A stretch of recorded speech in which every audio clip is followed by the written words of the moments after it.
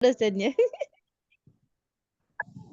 Pak Sep, Siap. Pak, semalam saya malam sekali udah letih kali, mau saya buka udah letih ya, nggak mungkin lagi saya udah letih kali, udah mau selesai buka ya nggak ada gunanya.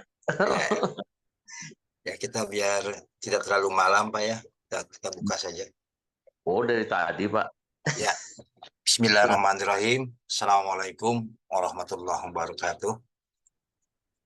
Salam sejahtera untuk kita semua. Alhamdulillah pada hari ini kita bisa berkumpul kembali setelah kemarin kita mengikuti perkuliahan untuk materi akupuntur. Hari ini insya Allah kita akan melanjutkan untuk materi herbal Ibu Nabawi. Ucapan salam hangat sampaikan dari pengurus LPK Bina Usada untuk semua calon pengusada yang hadir di kesempatan malam hari ini. Yang terhormat Ketua Umum LPK Bina Usada, yang terhormat Ketua Umum PPTI, yang terhormat Ketua Umum AKTI, Direktur PT Global Herbal Indonesia, Bapak TB Ado Sadroi, Sarjana Keperawatan. Yang terhormat Sekretaris Umum LPK Bina Usada, Ibu Titirianti SPD APPH, yang terhormat Sekretaris Umum PAKTI, Ibu Sumiati Yasmireja APPH, yang terhormat Sekretaris Umum PPTI, Ibu Mutia Purwanti, para mahasiswa yang hadir gelombang kelima D1 pada malam hari ini yang saya banggakan. Puji dan syukur kita panjatkan kehadirat Allah Subhanahu wa taala. Alhamdulillah kita masih diberi kesehatan sehingga kita bisa tetap konsisten mengikuti perkuliahan di malam hari ini. Untuk itu marilah kita sama-sama membuka acara dan perkuliahan malam hari ini dengan baca basmalah. Bismillahirrahmanirrahim. Bapak dan Ibu, para mahasiswa yang saya banggakan, seperti biasa sebelum kita langsung ke acara inti, ada susunan acara yang akan saya sampaikan kepada Bapak dan Ibu sekalian. Yang pertama pembukaan, kedua absen peserta, ketiga informasi, dan yang keempat acara inti. Untuk pembukaan, alhamdulillah sudah kita buka tadi dengan baca basmalah. Selanjutnya untuk absen peserta didik, seperti biasa saya mohon kepada Bapak dan Ibu untuk mencantumkan nama berikut tempat asal Bapak dan Ibu masing-masing di layar monitor. Jadi minimal kita mengetahui asal Bapak dan Ibu keberadaannya. Untuk informasi, seperti biasa ketika dosen memberikan materi, dimohon speaker atau mic-nya dimatikan dulu.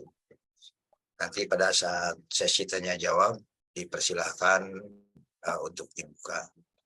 Bapak dan Ibu, kuliah pada malam hari ini kita sampai jam 22. Untuk itu mohon digunakan waktu ini sebaik-baiknya. Bapak dan Ibu, demikian tadi susunan acara yang telah saya sampaikan. Marilah kita menginjak pada acara inti pada malam hari ini. Sekali lagi dosen yang akan memberikan materi APT Ardi Astuti Witasari MSc, materi yang akan disampaikan tentang herbal Ibu Nabawi.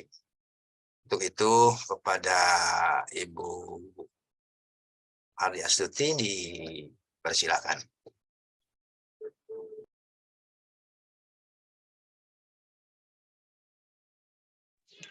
Ya, terima kasih atas waktunya. Ini selamat malam Bapak Ibu semua. Assalamualaikum warahmatullahi wabarakatuh. Waalaikumsalam warahmatullahi wabarakatuh. Mohon maaf, ini saya tidak dapat menggunakan kamera ini karena untuk device saya ini masih ada masalah begitu. Nah, semoga tidak mengurangi konsentrasi kita dalam belajar bersama malam hari ini. dan mohon maaf, mohon ditunggu sebentar untuk saya menyampaikan, men-share ini ya, materi pada malam hari ini.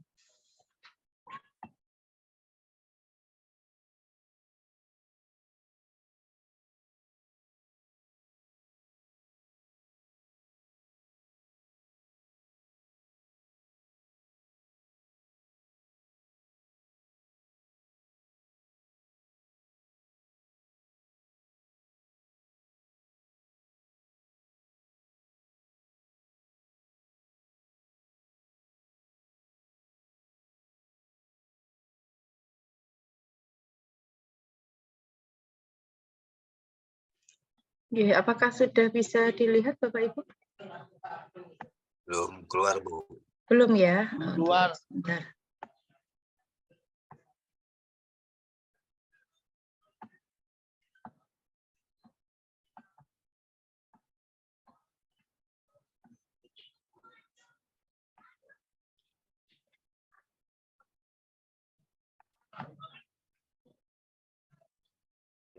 Ini sudah jelas. Oh iya, ya, kita melanjutkan materi kita pada malam hari ini dengan judul Buah Tin, Buah Nabi yang Melegenda.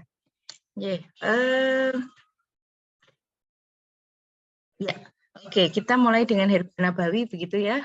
Berulang kali kita sampaikan pada saat awal perkuliahan, selalu kita ingatkan bahwa herbal nabawi adalah herbal-herbal yang terdapat dalil, gitu ya, baik itu di dalam Al-Quran maupun di dalam hadis yang memang kemudian dituntunkan oleh Rasulullah, gitu. Nah, untuk judul kita kali ini, Buah Tin, itu juga disebut di dalam Al-Quran, yaitu surat At-Tin ayat 1, dan bahkan ini dijadikan nama sebuah surat, begitu ya. Wat-tini waz-zaitun. Jadi Allah bersumpah begitu ya, demi buah tin dan buah zaitun. Pertemuan sebelum-sebelumnya kita sudah membahas tentang buah zaitun, bagaimana juga keajaiban begitu ya yang terkandung dalam buah zaitun. Nah, malam hari ini kita akan mengupas tentang buah tin.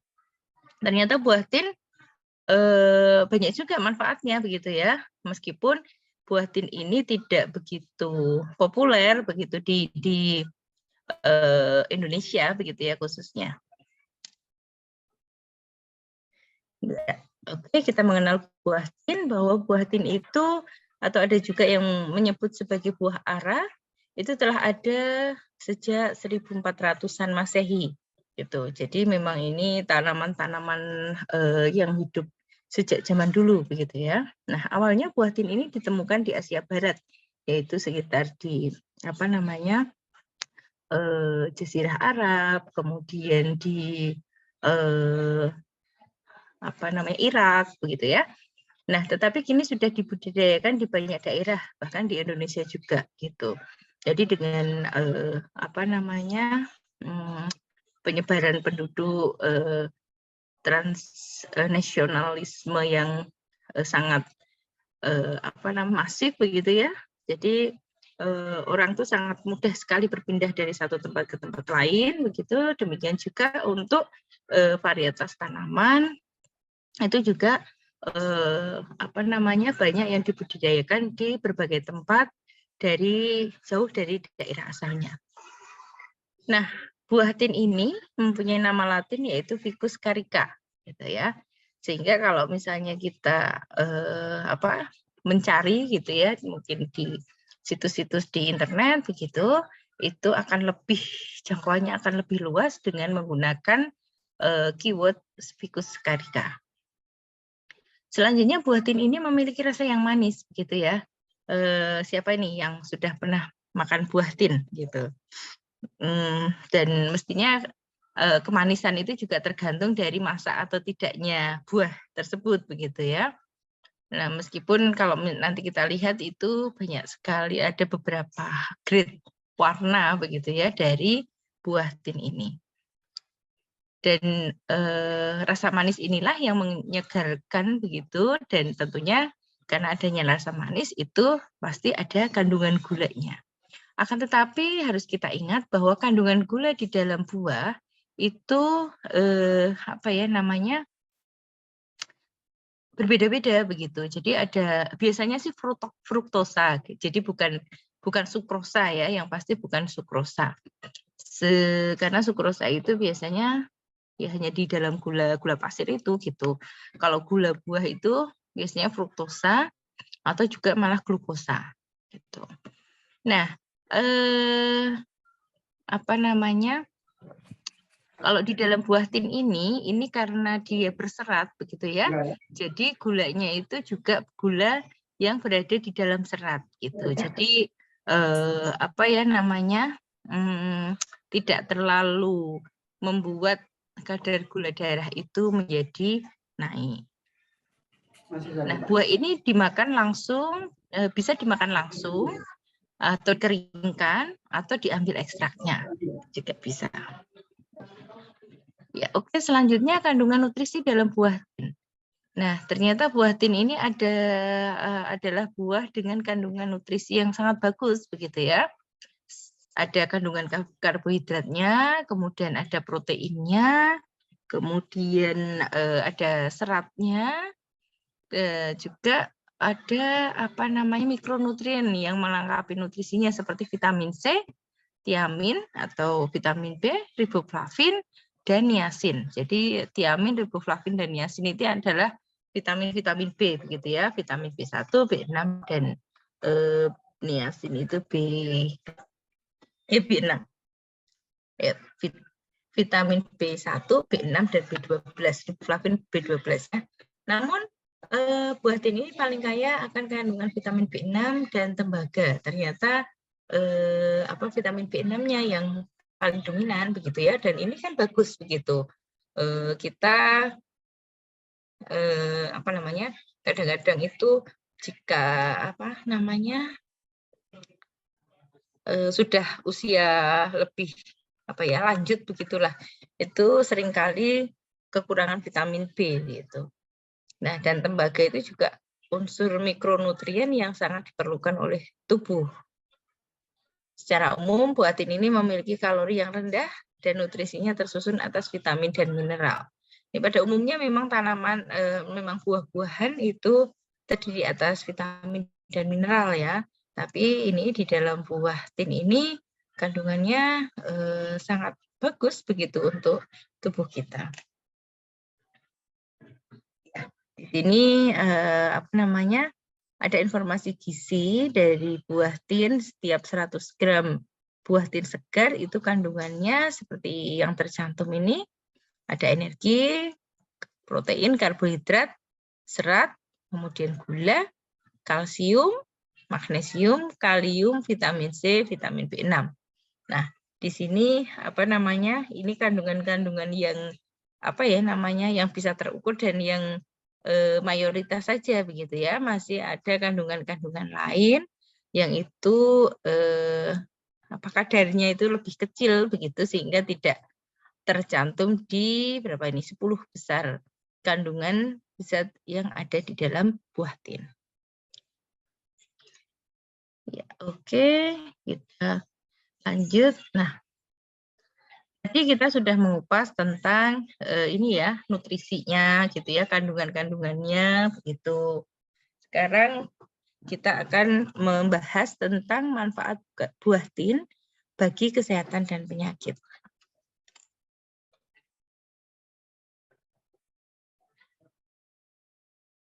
Oke, di sini ada beberapa sumber yang menyebutkan bahwa secara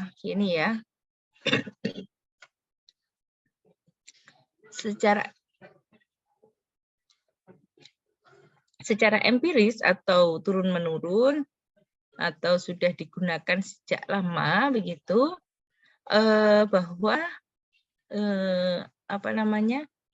buah tin itu dapat menyehatkan pencernaan. Jadi adanya kandungan serat dan pektin dapat membantu memperlancar metabolisme tubuh gitu kan. Jadi pada saat kita mengkonsumsi atau makan dari buah tin, itu yang kaya akan serat dan juga ada kandungan pektinnya, ini sangat bagus untuk pencernaan. Nah, pektin ini ternyata tidak terdapat pada sembarang buah-buahan begitu ya. Nah, tapi buah tin ini mengandung pektin gitu. Yang kita tahu zat pektin ini sangat bermanfaat untuk pencernaan. Dia bisa menormalkan gerakan peristaltik usus begitu. Apabila gerakan peristaltik usus ini cepat begitu, dia bisa kemudian dengan mekanisme tertentu itu bisa memperlambat gerakan peristaltik di usus besar. Itu demikian juga pada saat gerakannya melambat karena adanya masa-masa feses yang tidak membentuk massa begitu, itu pektin bisa membantu membentuk massa pada feses sehingga proses ini peristaltik pada usus besar ini dapat berjalan dengan normal kembali. Kemudian pada saat sembelit, gitu ya, itu ternyata buah tin ini dapat membantu gitu menormalkan kembali, jadi mengatasi sembelit karena buah tin ini selain tadi ya pektin itu juga kaya akan serat begitu, sehingga pada keadaan pencernaan yang sembelit itu dia dapat membantu untuk pektin itu kan mekanisme kerjanya dia membentuk massa pada feses begitu, sehingga adanya massa pada usus besar itu membuat merangsang gerakan peristaltik usus besar itu kemudian bekerja atau aktif gitu, sehingga aktifnya usus besar atau gerakan peristaltik dari usus besar itu dapat mendorong feses-feses yang ada di dalam usus besar untuk keluar begitu. Nah, kemudian dapat mengatasi gangguan pencernaan yang kronis seperti IBS atau irritable bowel syndrome. Jadi iritasinya ini ya, IBS itu gimana sih ininya? Mekanismenya itu adalah adanya iritasi pada itu saluran cerna gitu. Nah, kemudian selanjutnya hal ini dikarenakan karena pektin dapat meningkatkan kerja usus sekaligus mengurangi nyeri usus gitu. Jadi memang pektin atau banyak ya obat-obat ini baik itu kategorinya obat tradisional maupun obat itu yang kandungannya adalah pektin. Nah, mekanismenya seperti yang saya sampaikan tadi bahwa dia dapat membentuk massa pada feses sehingga merangsang gerakan peristaltik dari usus besar dan kemudian dapat mendorong feses ini untuk keluar begitu. Nah, ternyata pektin ini juga dapat mengurangi nyeri perut ataupun mungkin yang kita sebut sebagai kram perut begitu ya. Karena apa? Karena adanya ini massa atau ya massa gitu aja ya disebutnya, massa pada usus besar ini memang kemudian dapat merangsang peristaltik usus besar, sehingga kalau terjadi kram atau terjadi seperti kaku begitu, itu dapat diturunkan intensitasnya begitu, karena adanya rangsangan-rangsangan untuk menuju ke arah yang lebih aktif, jadi gerakannya aktif gitu. Nah, ternyata juga bahwa buah tin ini dapat dijadikan sebagai buah untuk diet gitu, karena yang pertama itu adalah kaya serat gitu ya. Kedua, kemudian gulanya itu adalah gula buah yang dia tidak mudah untuk menaikkan kadar gula darah di dalam tubuh kita begitu, sehingga ini tidak apa ya namanya, membahayakan bagi penderita diabetes begitu. Nah, kemudian karena buah tin ini tadi gulanya itu adalah gula buah dan kaya serat, maka gulanya itu apa namanya, pencernaan kita dalam menyerap gula itu dia harus bekerja dulu untuk ini apa namanya, menyerap atau memisahkan seratnya begitu, sehingga tidak langsung begitu ya. Beda dengan gula pasir misalnya. Gula pasir itu apalagi sudah dilarutkan di dalam air, di dalam teh manis begitu misalnya, kemudian kita minum itu cepat sekali diserap oleh pencernaan kita gitu, sehingga dia langsung masuk ke dalam darah dan akan membuat kadar gula darah itu meningkat gitu. Nah ya, ini biasanya dipakai untuk orang-orang yang kena hipoglikemi gitu ya, orang yang menggunakan atau sedang diterapi apa namanya, penurunan kadar gula darah begitu.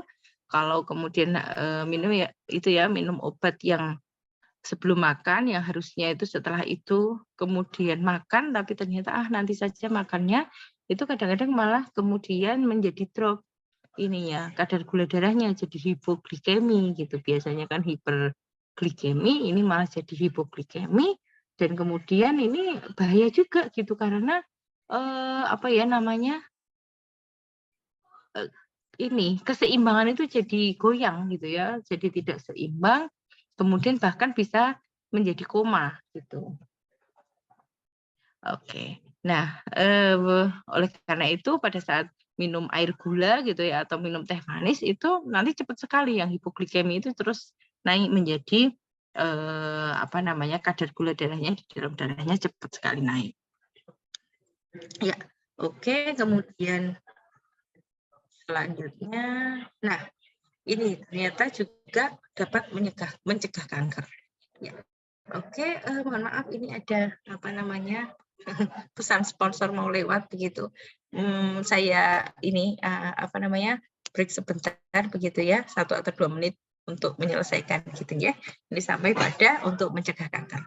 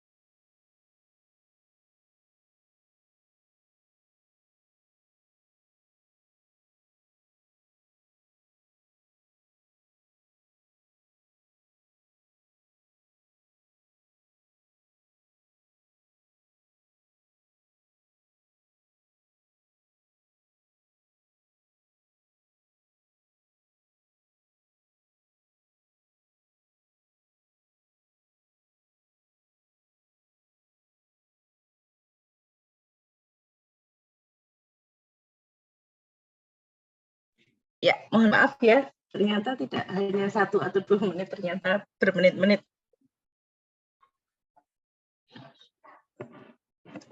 Baik, Bapak Ibu yang ada di rumah, silakan mencicipi makanan atau minuman yang ada di hadapan masing-masing begitu ya. Ini saya juga sudah mencicipi begitu, biar nggak ngantuk, soalnya nggak tahu ini malam ini kok rasanya ngantuk. Oke, kita lanjutkan untuk bahasan buah tin, gitu ya. Nah, ternyata buah tin ini dapat mencegah kanker, gitu. Di sini disebutkan bahwa buah tin berpotensi untuk mencegah pertumbuhan sel kanker, terutama jenis kanker usus. Nah, ini benar sekali begitu ya, karena kanker usus, terutama usus besar, atau kategorinya itu kanker kolorektal, yang angka kejadian di Indonesia itu sudah sangat tinggi, gitu. Nah, pemicu awal kenapa kemudian ada apa ya namanya pertumbuhan sel kanker pada usus besar atau jenis kankernya kolorektal ini adalah kurangnya asupan serat di dalam makanan-makanannya gitu. Jadi pada beberapa pasien-pasien kanker kolorektal itu kita pernah langsung gitu ya menanyakan, ternyata hampir sama ininya apa namanya riwayatnya itu nggak suka makan sayur dan buah gitu. Kalau makan itu hanya kering-kering gitu ya, junk food begitu. Kemudian ada juga seorang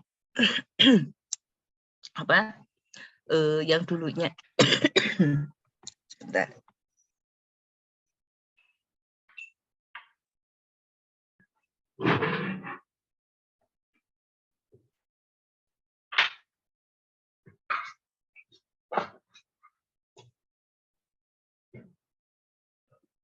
Ternyata agak tersedak ini saya membicarakan orang gitu ya. Ya nggak apa-apa, ini tidak menyebut nama, tapi ini apa namanya fakta saja gitu. Ada seorang yang dulunya itu apa namanya lama di luar negeri begitu ya. Kemudian di luar negeri dia sukanya makan kentang saja, kentang goreng begitu ya. Kemudian apa namanya ayam goreng begitu yang ya mungkin kayak menu-menu di KFC gitu ya, di apa namanya yang chicken gitu, fried chicken begitu. Itu kemudian ada juga yang apa ya namanya sukanya hanya daging bakar gitu ya, sate-satean begitu, itu tanpa kemudian apa memperbanyak asupan buah dan sayur, apalagi herbal begitu ya. Itu ternyata kemudian apa namanya menjadi pemicu terjadinya kanker kolorektal gitu. Nah, di sini di apa namanya artikel ini disebutkan bahwa buah tin itu dapat mencegah pertumbuhan sel kanker terutama sel kanker usus begitu, karena memang tadi logikanya kita membahas kesehatan saluran pencernaan gitu ya. Kalau kemudian dia kita konsumsi yang kaya akan pektin, kemudian kaya akan serat, kemudian tidak sembelit begitu. Biasanya kalau pasien-pasien yang kanker kolorektal ini pemicunya juga sembelit gitu. Jadi maksudnya tanda-tanda awal gitu ya, itu adalah sembelit. Gitu. Sembelit yang kemudian apa namanya muncul seperti wasir begitu ya, dikira wasir. Itu juga apa namanya ada yang seperti itu. Tapi yang sangat lazim, sangat banyak itu adalah sembelit. Gitu. Bahkan ada yang menyampaikan kalau BAB itu harus pakai ini ya, apa namanya supositoria atau obat-obatan pelancar buang air besar begitu. Soalnya saking susahnya gitu. Nah, ini sebenarnya tanda-tanda awal begitu ya, ketidakberesan dari saluran cerna, terutama dari usus besar, itu yang seharusnya kita juga tanggap begitu. Ini tanda-tanda tubuh untuk memberitahu kita bahwa ada ketidakberesan begitu. Nah, sebenarnya solusinya itu tidak hanya kemudian kita tangani gejalanya saja begitu ya. Kalau sudah BAB bisa keluar, kemudian kita tidak mencari tahu penyebabnya apa, terlebih lagi kalau permasalahan seperti itu muncul lagi, berulang seperti itu, kita seharusnya itu sudah tanggap gitu. Ini pasti ada yang tidak beres. Nah, ini seharusnya kita follow up dengan pemeriksaan yang lebih teliti lagi begitu. Atau sebelum itu terjadi, kita seharusnya yang sudah kemudian membiasakan diri hidup sehat, pencernaan kita sehat, terutama ini ya, masalah pembuangan ini, normalnya itu kan setiap hari kita membuang sisa-sisa makanan kita, begitu.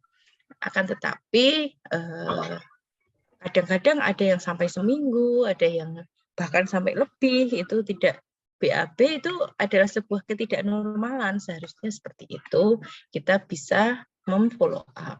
Gitu. Sebelum terjadi tanda-tanda yang ke arah patologis begitu ya, ke arah yang membahayakan, kita harusnya sudah membiasakan makan sayur, makan buah, bahan-bahan yang kaya serat begitu ya, itu untuk mencegah terjadinya hal-hal tersebut gitu. Ya, oke. Itu penjelasan dari tadi ya, pertumbuhan sel kanker di usus gitu. Kemudian satu buah tin segar mengandung zat antioksidan seperti flavonoid yang dapat mencegah kerusakan sel karena serangan zat radikal bebas. Oke, betul sekali begitu ya. Jadi salah satu pemicu kanker itu adalah adanya tumpukan radikal-radikal bebas yang ada di dalam tubuh kita. Gitu. Jadi radikal bebas yang tertimbun, tertumpuk dan selanjutnya itu bisa membuat mutasi dari sel, gitu ya. Sel itu kemudian mengalami mutasi, mengalami perubahan, sehingga seharusnya menjadi pertumbuhan sel yang biasa, yang normal, yang nanti akan menjadi matang dan kemudian mendukung sebuah jaringan, kemudian mendukung sebuah organ. Tapi ternyata dia pertumbuhannya abnormal begitu ya, menjadi sel-sel muda, tapi yang banyak sekali ini jumlahnya begitu. Jadi karakteristik sel kanker itu kan seperti itu. Selnya itu tidak matang begitu ya, tidak matur. Tapi dia sel-sel muda, akan tetapi pertumbuhannya itu sangat pesat gitu. Nah, salah satu kandungan dari buah tin itu adalah flavonoid, dari jenis flavonoid yang dia merupakan zat antioksidan. Jadi flavonoid ini dia bisa menangkal radikal-radikal bebas yang ada di dalam tubuh kita. Radikal bebas ini kenapa ada di dalam tubuh kita? Bisa terjadi karena faktor endogen atau dari dalam tubuh atau dari faktor eksogen atau dari luar tubuh. Dari dalam tubuh itu seperti apa? Misalnya kita melakukan aktivitas, ada pembakaran sel. Nah, hasil sampingan dari pembakaran makanan untuk menjadi energi itu adalah radikal bebas begitu. Jadi memang radikal bebas itu terbentuk setiap saat di dalam tubuh kita gitu. Nah, tubuh sendiri sebenarnya mempunyai mekanisme berupa enzim-enzim, berupa protein-protein yang ada di dalam tubuh kita untuk menetralisir, menangkal radikal bebas yang ada di dalam tubuh kita. Kemudian dari asupan makanan yang masuk ke dalam tubuh kita itu seharusnya juga sudah dapat menghentikan begitu ya, atau menetralisir radikal bebas yang terbentuk di dalam tubuh. Akan tetapi kadang-kadang makanan yang kita makan itu tidak sesuai atau tidak yang dibutuhkan oleh tubuh begitu ya. Kurang asupan antioksidan itu sangat sering terjadi begitu. Nah, selain faktor endogen atau dari dalam tubuh, ternyata bisa juga dari faktor eksogen atau dari luar tubuh. Misalnya kemudian polusi udara, begitu ya, itu akan membuat sel-sel terutama yang bersentuhan dengan kulit, bersentuhan dengan pernafasan, itu juga mengalami banyak tumpukan radikal bebasnya. Gitu. Kemudian daerah mukosa seperti mata, kemudian hidung, gitu ya, itu bisa apa namanya mengalami itu tadi radikal bebas. Kemudian juga sinar matahari itu bisa juga gitu ya. Kemudian apalagi ya, makanan yang kita makan, zat-zat xenobiotik yang itu apa namanya berbahaya bagi tubuh, pewarna sintetik, kemudian pengawet. Nah, itu yang kemudian memicu gitu ya terbentuknya radikal bebas yang ada di dalam tubuh kita karena adanya faktor dari luar. Nah, ini juga dapat sekali berkorelasi positif begitu ya untuk memicu adanya sel kanker atau pertumbuhan sel kanker. Itu terlebih lagi kepada orang-orang atau sel-sel yang sudah memang membawa informasi genetik dari pendahulunya begitu ya, dari ayah ibunya atau dari kakek neneknya, dari garis keturunannya itu yang membawa atau peka terhadap perubahan sel atau mutasi sel dari yang mengakibatkan adanya pertumbuhan sel kanker ini. Ya. Oke, untuk sebentar ini saya minum dulu gitu. Silahkan Bapak Ibu juga minum dulu, ini suaranya sudah mulai serak. Ya, silahkan.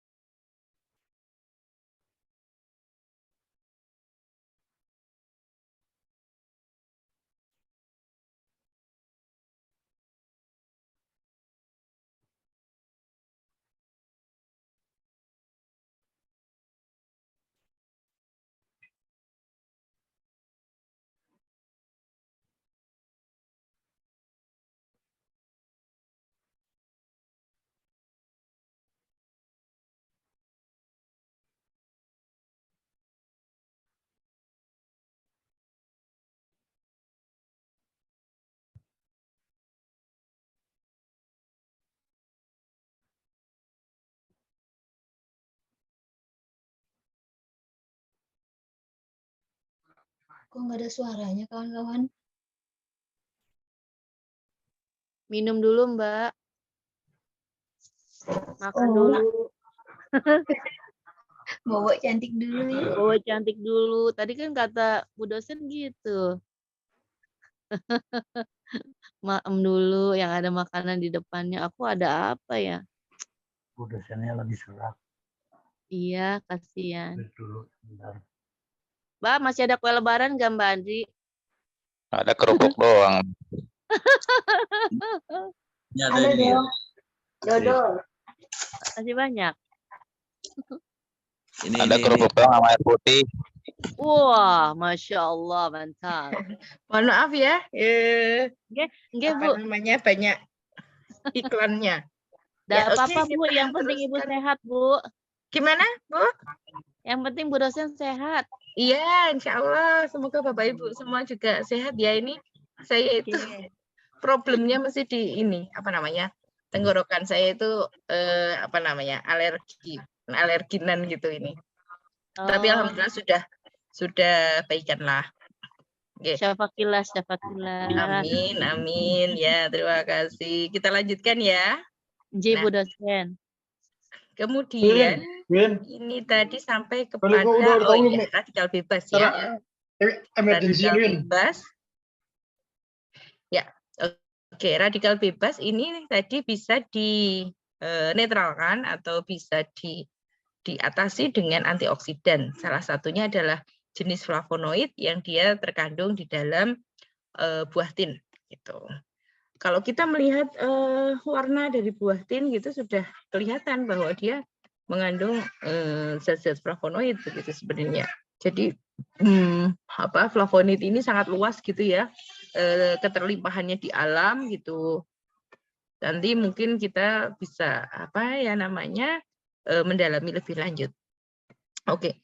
Kemudian selanjutnya kerusakan sel akibat radikal bebas ini bisa memicu sel kanker gitu. Jadi memang kemudian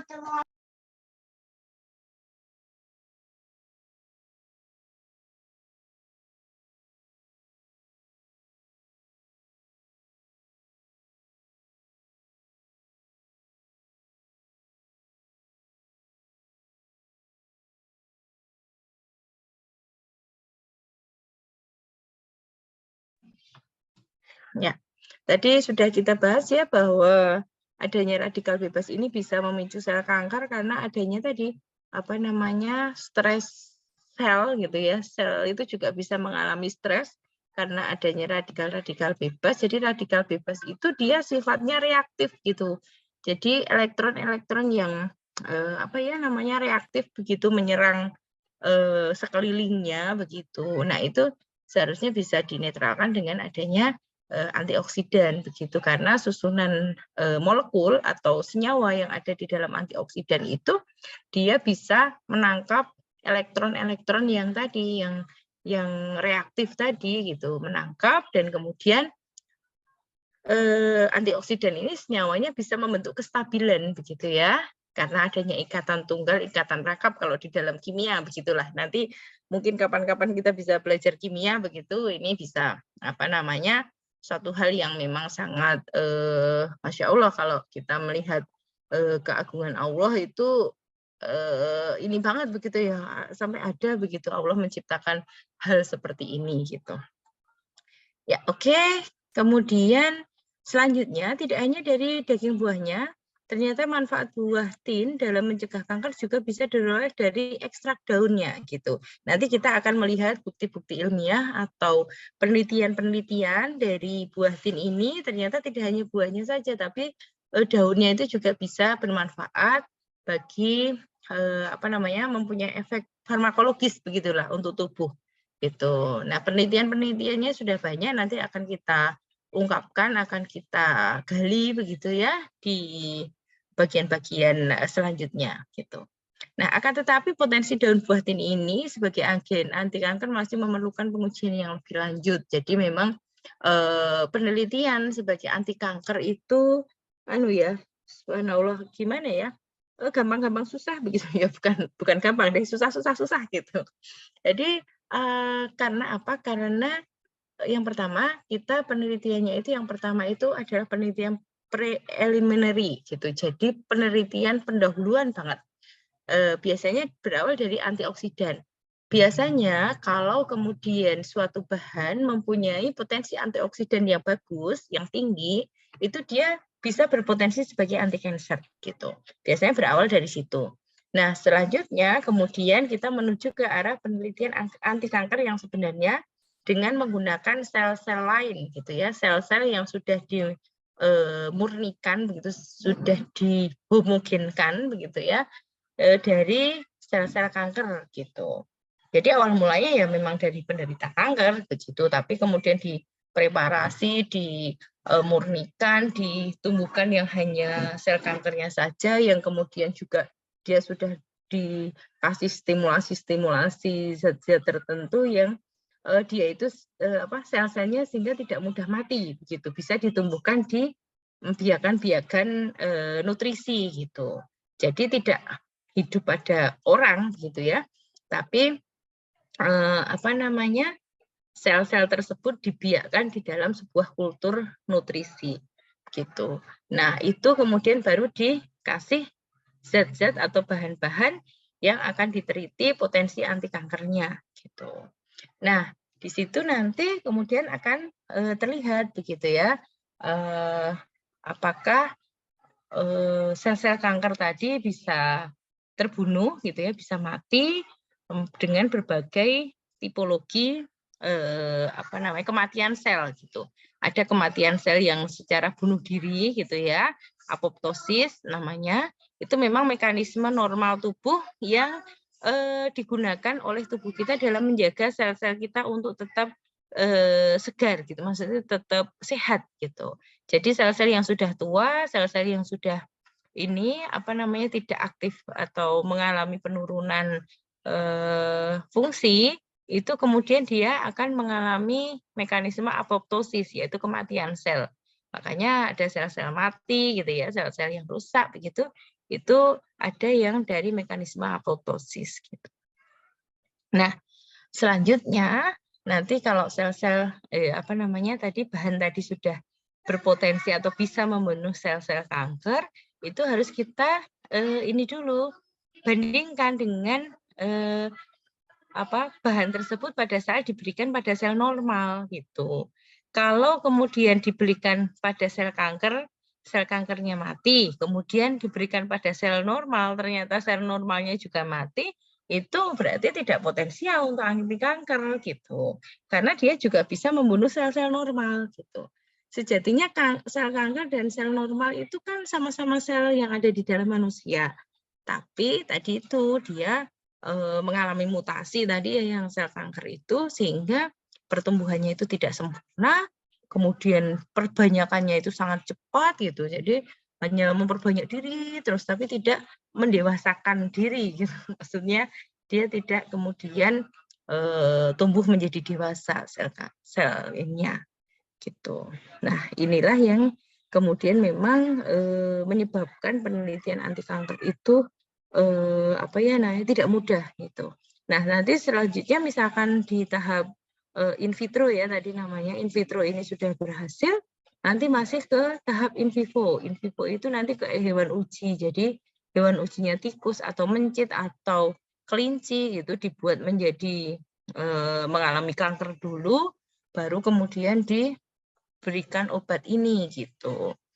Nah, nanti bagaimana reaksinya, bagaimana dia bisa menghambat pertumbuhannya dan sebagainya gitu. Nah, di dalam fase ini, fase in vivo ini juga nanti akan kita cek begitu ya, akan kita cek fungsi-fungsi dari organ-organ vital gitu ya, seperti hepar, kemudian ginjal, kemudian jantung, kadang-kadang juga pencernaan di lambung gitu ya, terutama apakah nanti membuat iritasi lambung atau tidak begitu, untuk membuat kerusakan sel atau tidak begitu, sehingga nanti kalau misalnya efek-efek toksiknya ini ada begitu ya, itu tidak menjadi kandidat lagi gitu untuk menjadi obat-obatan, dia sudah gugur begitu karena misalnya kemudian menyebabkan hepato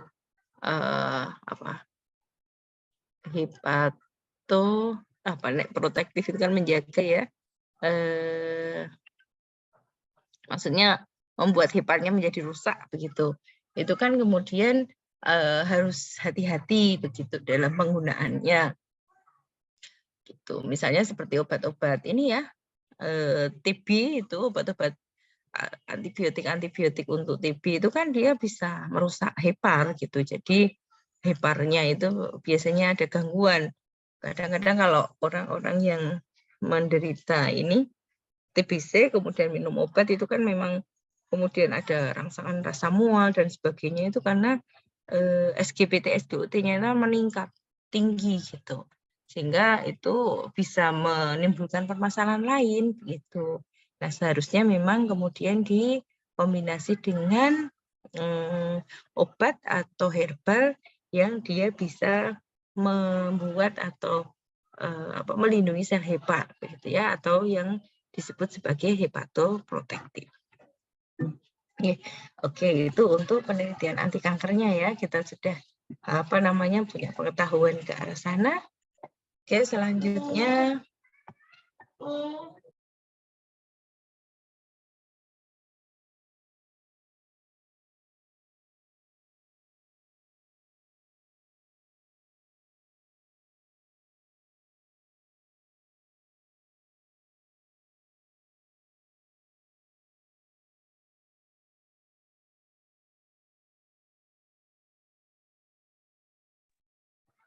Ya, oke. Selanjutnya adalah menjaga kesehatan jantung.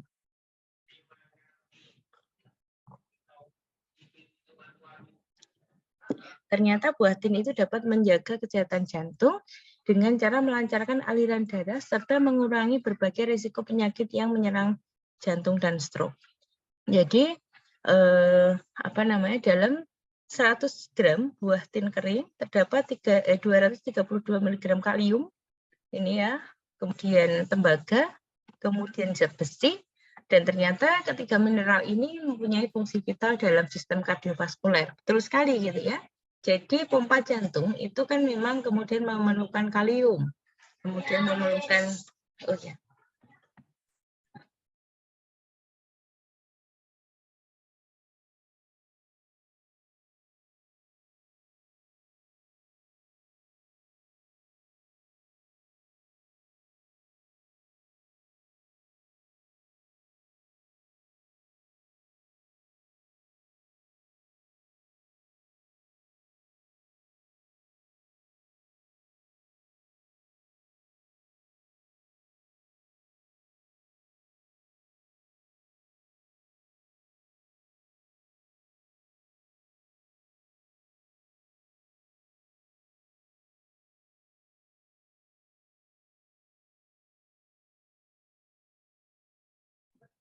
ya, oke, kita lanjutkan. Ini iklannya lewat terus. Ini anak-anak saya belum pada tidur, jadinya masih umi-umi terus.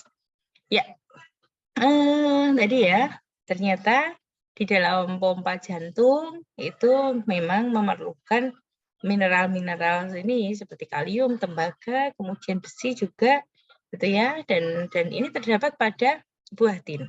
Gitu. Di sini kalium merupakan komponen penting yang membantu mengendalikan denyut jantung dan tekanan darah.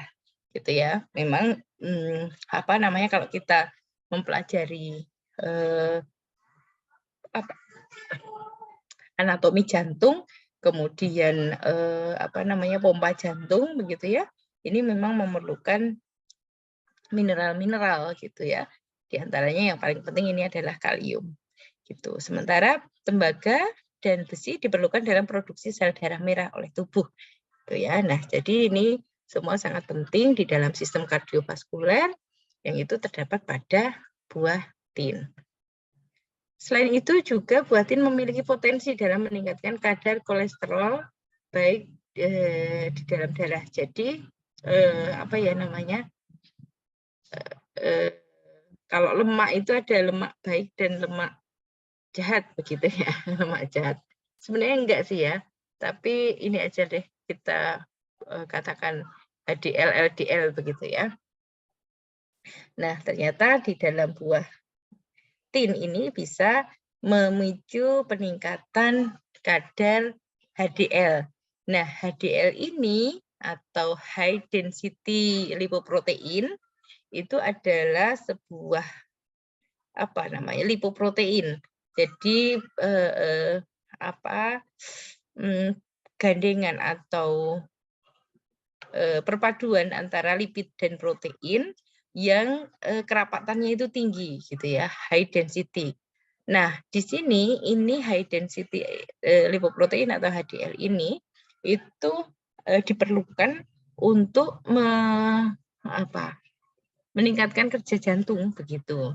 Jadi kalau kemudian HDL kita rendah, itu nanti yang akan terganggu itu adalah biasanya pompa jantungnya gitu. Kalau LDL itu yang lemak jahat itu ya, yang low density lipoprotein. Kalau ini tinggi, ini justru mengganggu peredaran darah karena dia akan dapat membentuk plak-plak gitu di dalam pembuluh darah kita. Nah, ini buah tin itu bisa mempunyai potensi untuk meningkatkan HDL gitu. Kemudian yang lain adalah manfaat buah tin ini ditemukan pada penelitian yang melibatkan hewan. Nah, di sini manfaat buah tin ini baru ditemukan pada penelitian yang melibatkan hewan. Sebenarnya tidak selalu begitu ya. Seperti yang tadi anti cancer tadi juga memang masih pada hewan begitu. Dan kemudian didukung oleh beberapa hasil penelitian, misalnya pada tadi ya potensi antioksidan yang bagus, yang tinggi gitu. Ini sesuai sekali dengan penelitian-penelitian untuk anti cancer gitu. Kemudian kayak akan serat dan pektin itu yang dia bagus untuk kesehatan pencernaan begitu ya. Sehingga ini juga disimpulkan bahwa dapat untuk mencegah terjadinya kanker di usus begitu. Nah, hal-hal seperti itu yang memang kemudian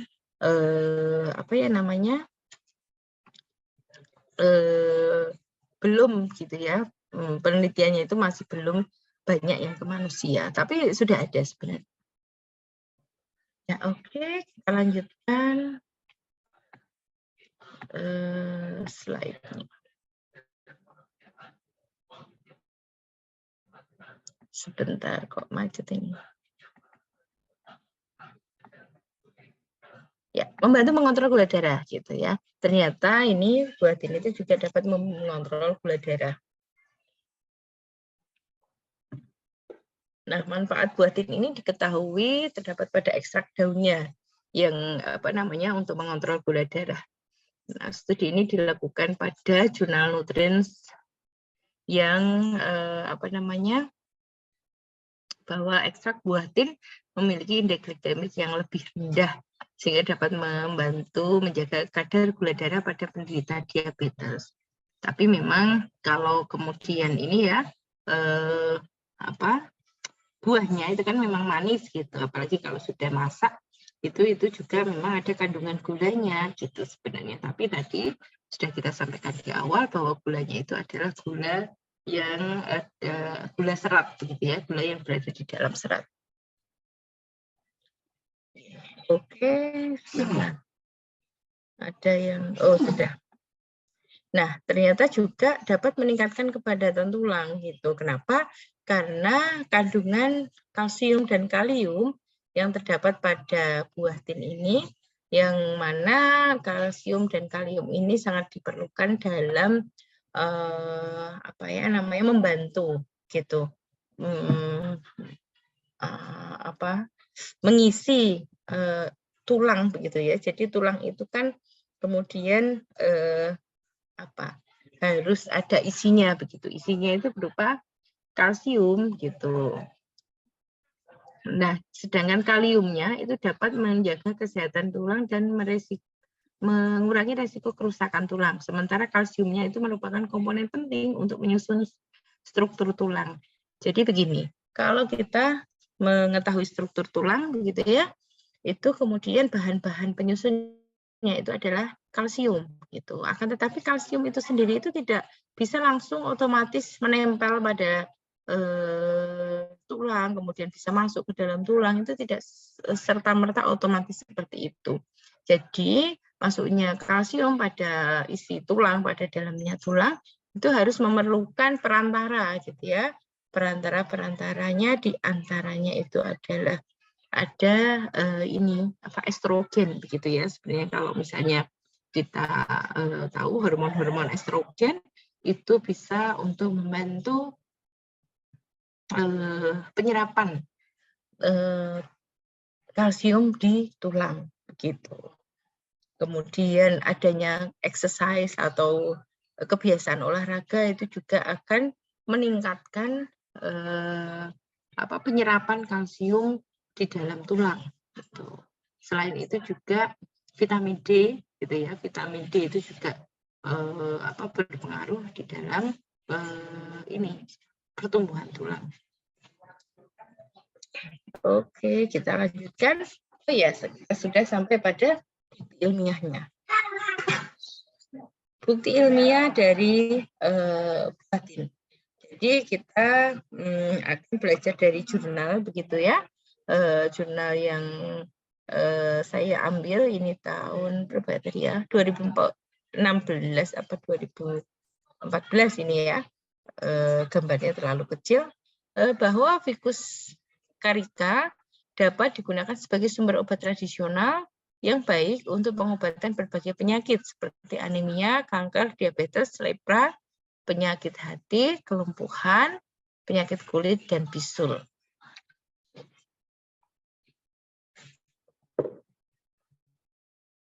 Nah, dari jurnal yang saya ambil ini menyebutkan bahwa secara empiris atau secara turun-temurun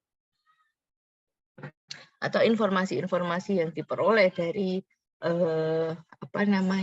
orang-orang sebelumnya, bahwa buatin ini digunakan sebagai ini tadi gitu ya, maksudnya sebagai sumber obat tradisional begitu. Jadi empiris yang lebih tepat itu kata-katanya itu sebagai anemia. Nah, kalau anemia itu kan memang hubungannya dengan darah ya. Tadi kita juga sudah membahas bahwa di dalam ficus carica ini ada komponen zat besinya begitu ya. Zat besi inilah yang kemudian sangat berperan gitulah dalam mengatasi anemia. Kemudian kanker, tadi kita juga sudah membahas begitu ya, karena adanya antioksidan sehingga dapat menghambat pertumbuhan sel kanker. Kemudian diabetes begitu ya, karena kadar gulanya yang berada di dalam serat, dan kemudian sebenarnya adalah karena ini flavonoid juga yang ada di dalam buah tin begitu. Jadi diabetes ini juga erat kaitannya dengan ini penyakit-penyakit degeneratif, metabolik degeneratif itu ya. Awalnya itu adalah dari radikal bebas gitu, penumpukan radikal bebas. Kemudian lepra. Nah, lepra ini karena ini ya bakteri begitu ya, sehingga dia memang mempunyai potensi untuk antibakteri. Kemudian penyakit hati, ya tadi di pembahasan artikel yang tadi juga sudah disebutkan begitu ya, bahwa dia atau ficus carica ini atau buah tin ini dapat sebagai hepatoprotektif atau menjaga sel hati, kesehatan sel hepat. Gitu. Kemudian kelumpuhan. Oke, kalau kelumpuhan ini memang kemudian secara turun-temurun begitu ya, belum ada bukti penelitiannya gitu. Jadi masih dilakukan turun-temurun, dan kemudian untuk penyakit kulit dan bisul gitu. Nah, penelitian-penelitian di sini sebenarnya sudah banyak begitu ya, yang terkait dengan buah tin. Oke, kita lanjutkan tinggal sedikit. Ini judul artikel yang lain, bahwa ficus carica ini sudah banyak penelitian ke arah sana. Nah, di sini disebutkan bahwa secara tradisional dan tertentu gitu ya, pengobatan tertentu itu ficus carica ini sudah digunakan sebagai ini yang ada di dalam tabel ini gitu ya, sebagai batu, untuk obat batu, kemudian yang lain begitu, sampai banyak sekali ini ya indikasi yang bisa diobati gitu ya, dengan minum atau dengan makan buah tin. Nah, ini secara penelitian di laboratorium ternyata sudah bisa dibuktikan bahwa buah tin itu mempunyai efek antioksidan. Di artikel ini disebutkan bahwa senyawa-senyawa kimia yang berpengaruh atau bertanggung jawab itu seperti senyawa fenolik yang ada di dalam ya.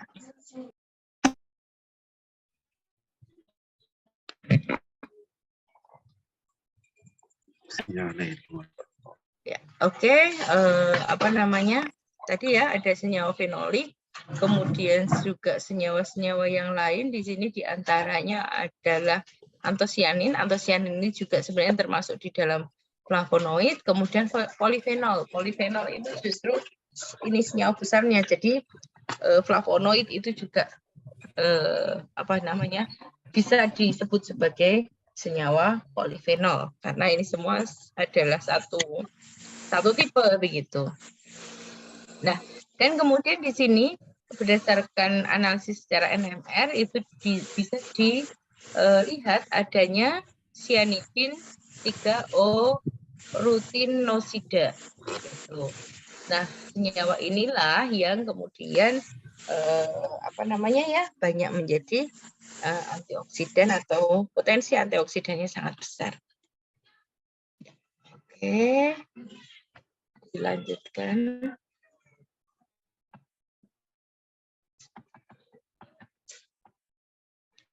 Ya, selain sebagai antioksidan, ternyata ini sudah ada beberapa pembuktian di dalam secara in vitro maupun in vivo gitu ya. In vitro itu ini seperti menggunakan sel lain tadi, itu sudah bisa dibuktikan bahwa buatin mempunyai aktivitas anti kanker gitu. Kemudian mempunyai aktivitas hepatoprotektif atau menjaga sel-sel hepar. Kemudian mempunyai aktivitas hipoglikemik. Jadi dia menurunkan kadar gula darah. Selanjutnya sudah dibuktikan juga sebagai hipolipidemi. Jadi menurunkan lipid darah gitu ya. Dan kemudian sudah diteliti juga sebagai antibakteri, dia mempunyai aktivitas antibakteri dan antifungi. Oke, selanjutnya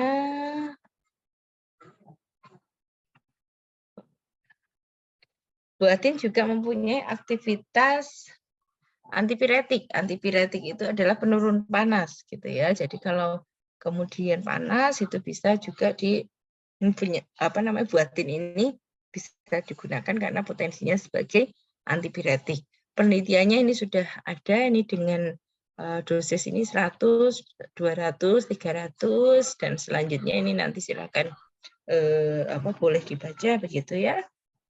Kemudian hal ini bisa menurunkan temperatur. Kemudian aktivitas yang lainnya adalah sebagai antidiabetik. Antidiabetik, antituberkulosis. Ini sudah mulai ngelantur ini.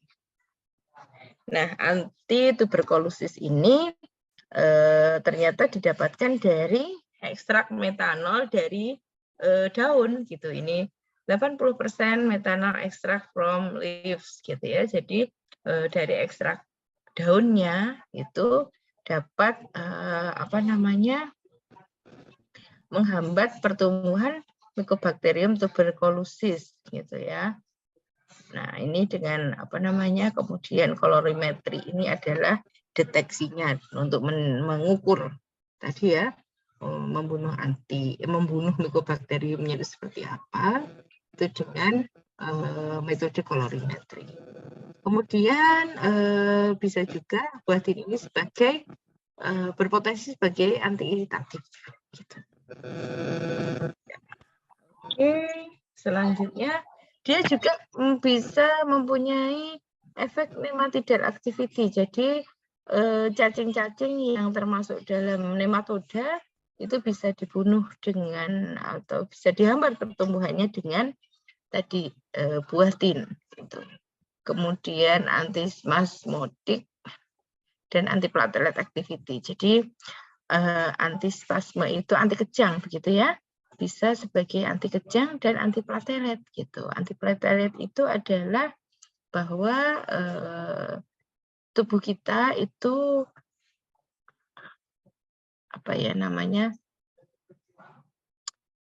di dalam pembuluh darah itu dapat membentuk platelet-platelet yang berupa agregasi atau gabungan gitu ya dari komponen-komponen darah yang ada di dalam tubuh kita sehingga hal ini bisa menyumbat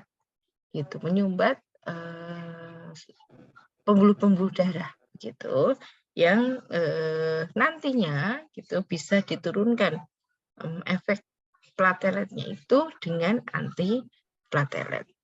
Ya, oke. Selanjutnya masih ada ternyata bisa juga sebagai obat cacing gitu ya. Kalau tadi cacing yang nematoda, kalau ini cacing-cacing biasa gitu ya, sebagai obat cacing bisa juga buah zaitun digunakan. Kemudian, ini bisa digunakan sebagai antimutagenik gitu.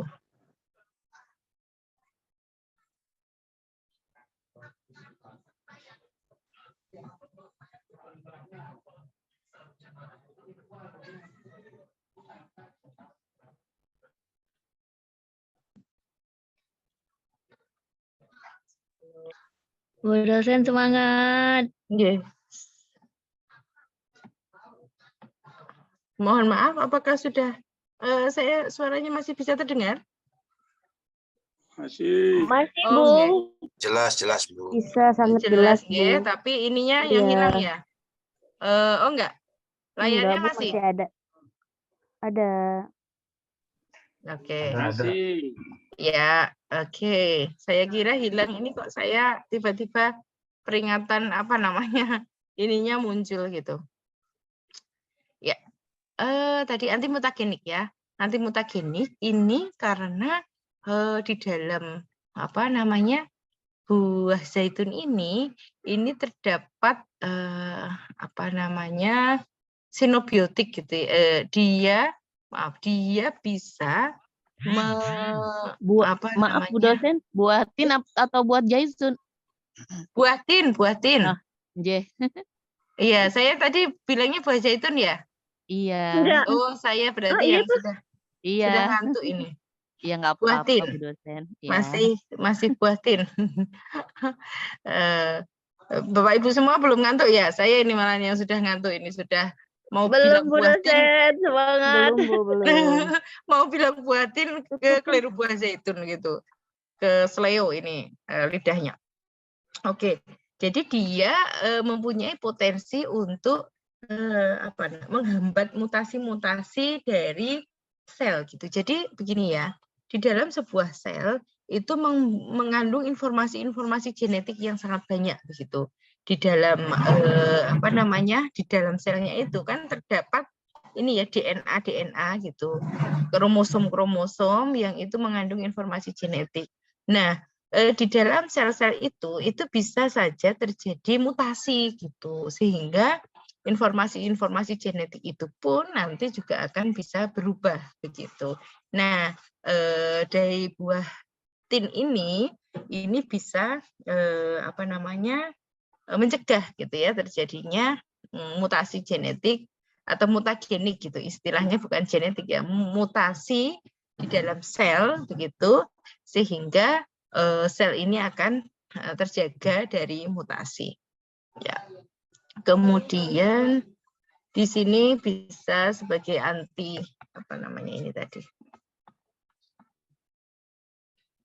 anti HSV gitu ya. Ini adalah antivirus gitu. Jadi dia bisa sebagai antivirus. Kemudian selanjutnya bisa juga untuk menghambat oksidatif stres gitu, stres oksidatif. Seperti sebenarnya penjelasan saya yang tadi itu ya, dia bisa menjaga dari stres oksidatif. Ya, oke. Ya, terima kasih. Demikian yang dapat saya sampaikan mengenai herbal nabawi buah tin. Mungkin apakah masih ada pertanyaan atau diskusi begitu ya mengenai buah tin ini, kami persilakan. Ya, baik Ibu, terima kasih atas materi yang disampaikan. Kepada Ibu, para mahasiswa berhubung materi yang hari ini itu kan sebenarnya ada hubungannya dengan yang kemarin ya, tentang mahkota dewa, hubungannya dengan masalah kanker. Jadi silakan Bapak dan Ibu untuk bertanya kepada dosen yang tentang materi yang disampaikan tadi. Silakan. Mudah-mudahan masih semangat Bu ya. Ya, mungkin pertanyaan-pertanyaan bisa disampaikan, atau kalau mungkin sudah jelas juga tidak apa-apa begitu ya. Mungkin diskusi-diskusi atau pengalaman-pengalaman. Jadi ada satu Bu, ada yang bertanya Bu. Oh ya. Pak Nurul Huda di Kalimantan Timur. Silakan Pak. Oke deh. Assalamualaikum Bu. Ya, waalaikumsalam Pak. Silakan. Terima kasih Bu atas kesempatan yang diberikan.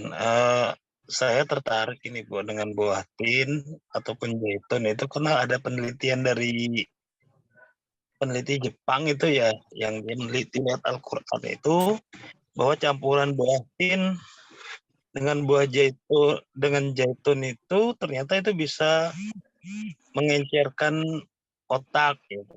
Itu kalau setelah diteliti karena dia kandungannya itu disesuaikan dengan berapa kali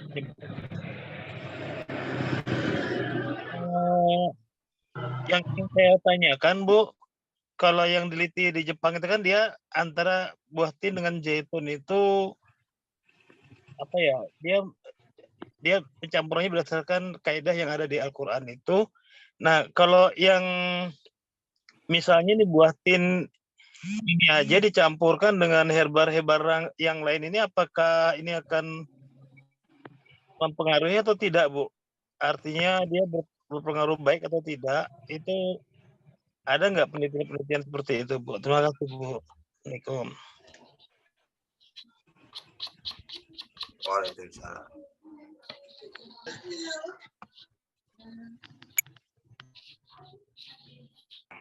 Mangga Bu, silakan Bu, dijawab tadi dari Pak Nurul Huda. Ya, baik, pertanyaan yang sangat bagus begitu ya. Jadi memang kalau saya sendiri gitu ya, atau kita bahas herbal nabawi dulu. Herbal nabawi itu memang sumber pertamanya itu adalah Al-Quran dan hadis begitu ya, sehingga kita bisa memasukkannya sebagai herbal nabawi. Nah, selanjutnya berdasarkan keilmuan yang saya tekuni itu kita kemudian membuktikan begitu ya, membuktikan secara ilmiah bahwa memang apa-apa yang ada di dalam Al-Quran itu benar adanya begitu. Nah, untuk tadi ya yang pertanyaan tentang kombinasi itu juga memang harus kita buktikan secara ilmiah juga begitu.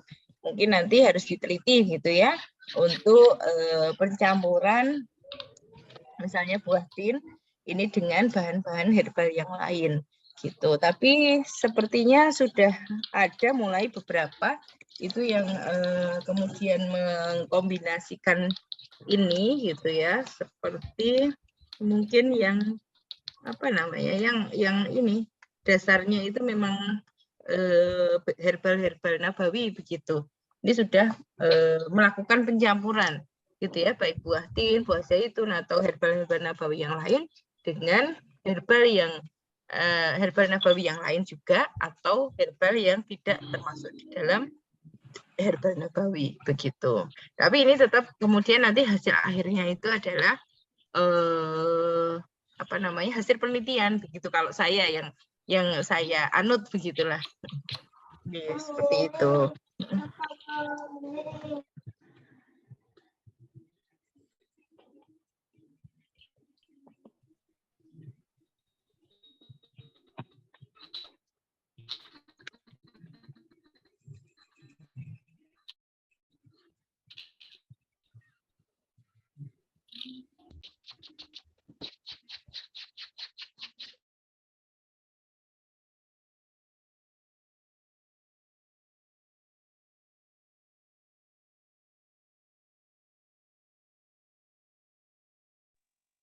Halo kawan-kawan, kok nggak ada suaranya ya? Ya, oke, seperti itu jawaban saya. Mungkin siapa ya tadi yang menanyakan, atau mungkin ada yang akan menambahkan begitu. Kalau untuk antioksidan itu memang sudah ada bukti gitu ya, bukti ilmiah kombinasi antara buah tin dengan herbal-herbal yang lain, baik itu herbal nabawi maupun herbal di luar herbal nabawi begitu. Potensinya bagus begitu ya, dia bisa sebagai antioksidan yang kuat begitu. Akan tetapi kalau untuk yang lain itu saya belum menemukan gitu. Ya, mungkin jawaban saya seperti itu. Berarti intinya herbal tibun itu bisa sebagai herbal tunggal atau herbal gabungan gitu ya Bu?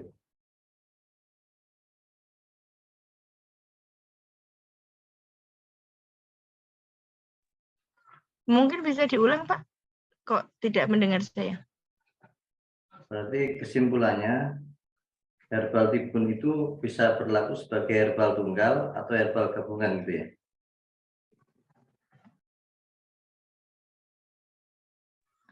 Nah, ini apa namanya?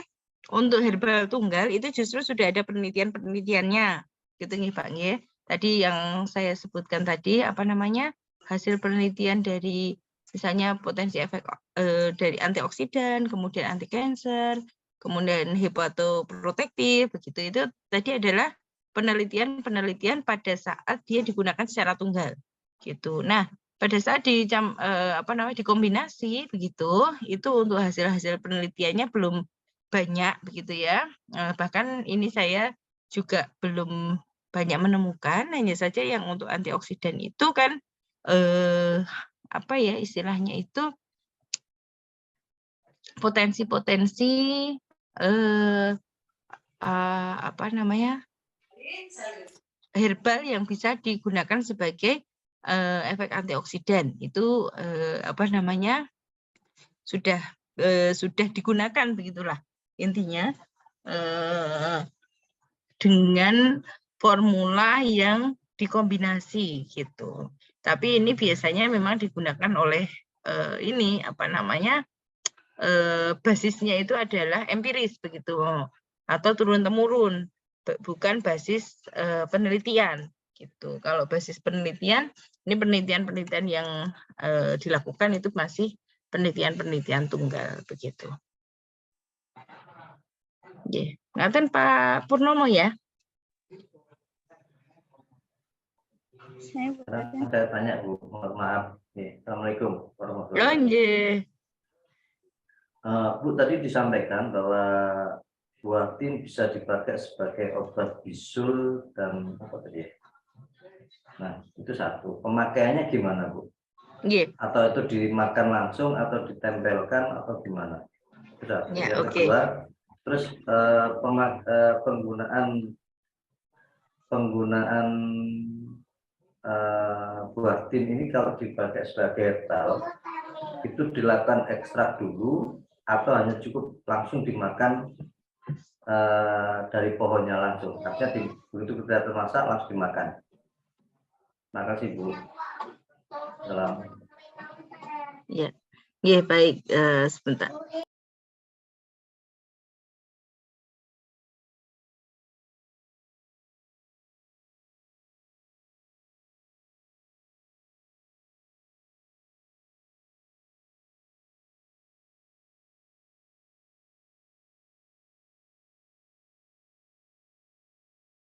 Bu dosen suaranya hilang. Ya mohon maaf ini iklannya baru lewat. Ya oke, pertanyaan yang tadi disampaikan siapa ya tadi ya tentang penggunaan buah tin untuk bisul gitu. Nah tadi kita bahas begitu ya di sebuah ini apa namanya pemakaian secara empiris itu bahwa buah tin itu bisa digunakan sebagai bisul untuk bisul. Jadi penggunaannya itu memang bisa mendukung dua-duanya begitu. Jadi untuk yang dimakan itu adalah buahnya karena dia kaya akan antioksidan, kaya akan flavonoid begitu ya. Yang secara sistemik nanti akan membantu apa istilahnya itu mengeringkan atau membuat bisul itu kemudian mempercepat penyembuhan gitulah ya dari bisul. Nah selanjutnya untuk efek yang topikal itu juga bisa digunakan gitu. Nah, penggunaannya itu bisa diekstrak terlebih dahulu. Kalau misalnya penggunaan secara modern begitu ya, itu bisa diekstrak terlebih dahulu begitu. Tapi kalau penggunaan secara empirik itu bisa langsung dilumatkan begitu ya, dilumatkan kemudian ditempelkan pada bisulnya gitu. Ya. Begitu ya, Pak. Berarti Bu dosen bisa juga ya untuk skabies? Kalau untuk skabies itu sebenarnya agak berbeda karena skabies itu penyebabnya adalah sebuah ini apa namanya makhluk hidup gitu. Kategorinya apa? Parasit begitu ya. Itu.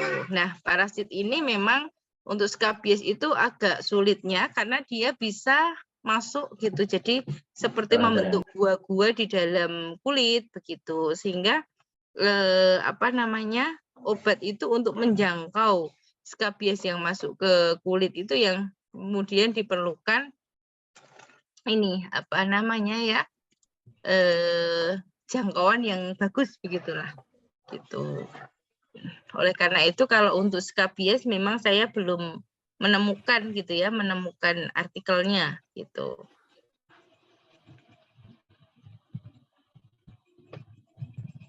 Ya, tapi kalau tadi untuk cacing itu malah justru sudah gitu ya. Oke, begitu mungkin jawaban dari saya. Silakan lanjut Bu Wari. Ya, silakan.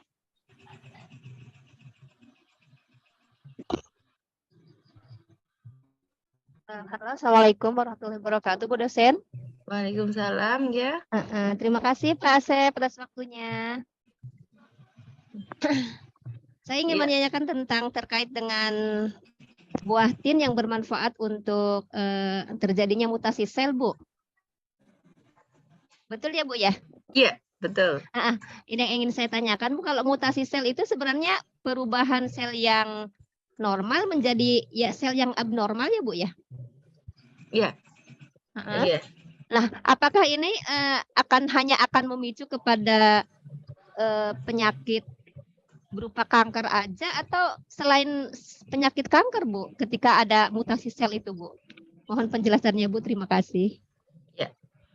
Oke, pertanyaan yang sangat bagus ya. Nah, ini mungkin kita akan berdiskusi yang lebih apa istilahnya itu ngawang-ngawang karena kita memang ini ya tidak bisa melihat apa yang terjadi di dalam sel, tapi secara molekuler itu sebenarnya para ilmuwan itu sudah bisa menjelaskan begitu ya, menjelaskan mekanisme mutasi dari sel. Nah, sel itu dapat bermutasi itu karena penyebabnya ada beberapa hal. Ada yang faktor endogen dan eksogen, begitu ya. Seperti tadi juga sudah kita bahas, ada berbagai faktor endogen dan eksogen. Nah, faktor endogen itu adalah kesalahan dari transkripsi kromosom begitu. Jadi kromosom kita itu kan terdiri atas DNA begitu ya, rangkaian yang sangat panjang. Nah, dia itu tahapannya ada transkripsi, translasi, dan sebagainya begitu. Nah, pada tahap-tahap tersebut itu bisa saja terjadi kemudian kesalahan begitu. Bisa terjadi kesalahan transkripsi begitu ya. Bisa terjadi mutasi atau tiba-tiba terpotong ininya DNA-nya itu terpotong begitu, atau DNA-nya itu bisa saja hilang sebagian begitu, sehingga nanti pada saat dia itu menjadi protein, itu yang protein ini nanti ada menjadi reseptor, itu akan berubah begitu. Jadi mungkin gimana ya saya menerangkannya, memvisualisasikannya biasanya lebih enak kalau ada gambar-gambarnya, tapi ini saya tidak mempunyai gambar-gambar yang ready gitu ya untuk menjelaskan ini. Jadi seperti itu. Di dalam sel kita, intinya ya, di dalam sel kita itu kan ada DNA. Nah, DNA itu terdiri atas asam basa, asam nukleat itu ya, yang kemudian itu bisa bisa hilang, bisa terpotong, bisa kemudian malah bertambah begitu ya rantainya itu, bisa juga dia kesalahan membaca begitu, sehingga intinya itu protein yang diproduksi oleh sel tadi itu berbeda dan kemudian reseptornya nanti akhirnya akan berbeda. Nah, hal inilah yang kemudian menyebabkan ketidaknormalan tubuh. Nah, ketidaknormalan tubuh ini tidak hanya kemudian menjadi sel kanker saja gitu, tapi bisa berbagai kelainan begitu ya. Misalnya saja kemudian kalau kesalahan-kesalahan ini terjadi di hepar misalnya, itu bisa saja kemudian terjadi hepatotoksik gitu, atau sel hepar itu mengalami ketoksikan gitu. Atau bisa juga misalnya kesalahan ini terjadi di yang lazim itu terjadi di intinya yang berhubungan dengan protein gitu. Ya, Bu. Misalnya saja dalam metabolisme itu yang metabolisme gula itu ya, di insulin gitu. Itu juga bisa sangat terjadi. Atau di sistem imun gitu. Sehingga sistem imun kita itu bisa reaktif sekali sehingga muncul sakit lupus itu ya. Itu. Dan sebagainya. Dan hal ini bisa diturunkan begitu, karena informasi genetik itu sifatnya bisa diturunkan. Inilah yang kemudian mungkin kalau orang Jawa gitu ya, karena saya orang Jawa gitu, itu kalau mencari jodoh itu dilihat bobot bibit bebet misalkan seperti itu ya, salah satunya itu karena memang nanti keturunan kita itu merupakan pewaris dari informasi-informasi genetik dari orang tuanya gitu. Jadi kalau orang tuanya itu membawa gen sakit tertentu, sangat mungkin itu nanti diturunkan kepada anak-anaknya begitu. Baik. Jadi memang tidak hanya penyakitnya, berarti banyak ya Bu ya, kalau sudah banyak, ada kelainan di sel betul, ini. Betul. Tinggal nanti kesalahan itu pada protein di mana gitu, di betul, organ mana gitu. Iya. Terima kasih Bu atas penjelasannya. Iya. Assalamualaikum warahmatullahi wabarakatuh. Waalaikumsalam.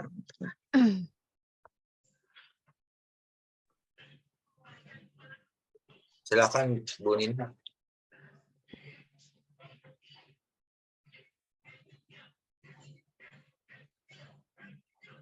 Masih mute ini Bu Nina ya. Dibuka dulu. Iya. Assalamualaikum warahmatullahi wabarakatuh, Ibu dosen. Waalaikumsalam warahmatullahi wabarakatuh. Sama jaga malam, Ibu. Sama jaga malam. Menanyakan untuk buatin ini dari pengalaman Ibu, kebanyakan pemanfaatannya untuk apa ya, Bu?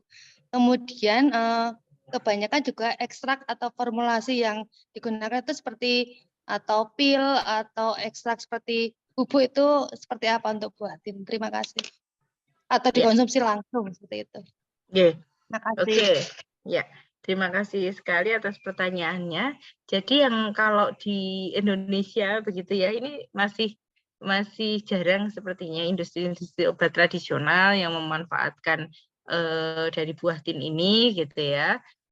Nah, kebanyakan sih kalau misalnya pemanfaatannya itu memang masih yang saya lihat begitu ya, itu dikonsumsi langsung, dimakan langsung. Itu pun juga masih agak jarang begitu ya, tidak sepopuler apel atau jeruk atau buah-buahan yang lain begitu. Nah, beberapa industri yang ini ya, dalam tanda petik nabawiyah begitu, itu sudah mencoba memformulasikan dalam bentuk dari ekstrak menjadi bentuk-bentuk misalkan seperti sirup begitu, kemudian yang fungsinya untuk menaikkan daya tahan tubuh, biasanya baru itu sih seputar menaikkan daya tahan tubuh begitu. Misalnya yang obat kanker misalnya kayak gitu belum ada begitu, karena memang sampai saat ini untuk obat kanker itu masih dari dokter begitu ya, dari sintetik begitu. Nah, ini kalau kemudian penggunaannya gitu ya di dalam pengobatan itu masih yang saya lihat sampai saat ini masih indikasinya itu membantu untuk meningkatkan daya tahan tubuh begitu. Oke, masih seperti itu. Berarti belum maksimal ya Bu untuk uji klinisnya, masih dalam itu aja. Nggih. Iya. Jadi ini ya, apa ya namanya, karena memang obat tradisional itu memang untuk indikasinya atau klaim khasiatnya itu kan memang sangat terbatas. Jadi masih dalam wilayah dapat membantu apa begitu ya, meningkatkan daya tahan tubuh atau dapat membantu sebagai apa begitu. Nah, untuk apa ya namanya, secara penelitian itu memang sudah jauh gitu, tapi kan ini penelitiannya juga masih pada hewan uji atau bahkan di luar tubuh begitu ya. Jadi kita masih sangat jauh untuk menuju ke arah formulasi. Biasanya untuk formulasinya masih kategorinya itu herbal yang jamu saja gitu. Nggih, matur suwun Ibu. Nggih, sami-sami. Ya, mungkin apakah masih ada? Yang terakhir Pak Rudi sepertinya Bu. Selamat malam Pak Asep, selamat malam Bu dosen. Izin bertanya, agak jauh dari pertanyaan Bu Atin tadi, tapi hubungannya dengan gimana kalau Bu dosen bisa kasih bocoran cara kultur untuk sel yang misalnya sel kanker atau apa, gimana cara untuk kulturnya gitu. Maaf Pak, bisa diulangi? Sel untuk apa?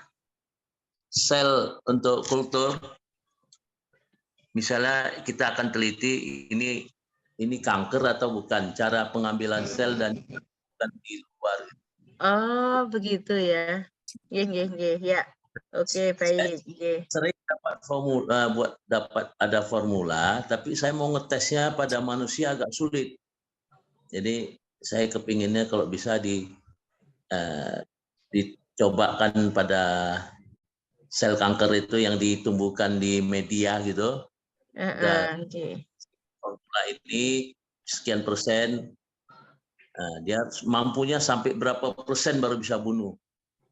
Kemudian sel sehat tidak terbunuh, sel yang kankernya terbunuh gitu.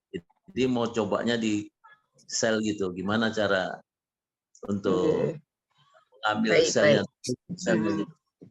Ya, baik.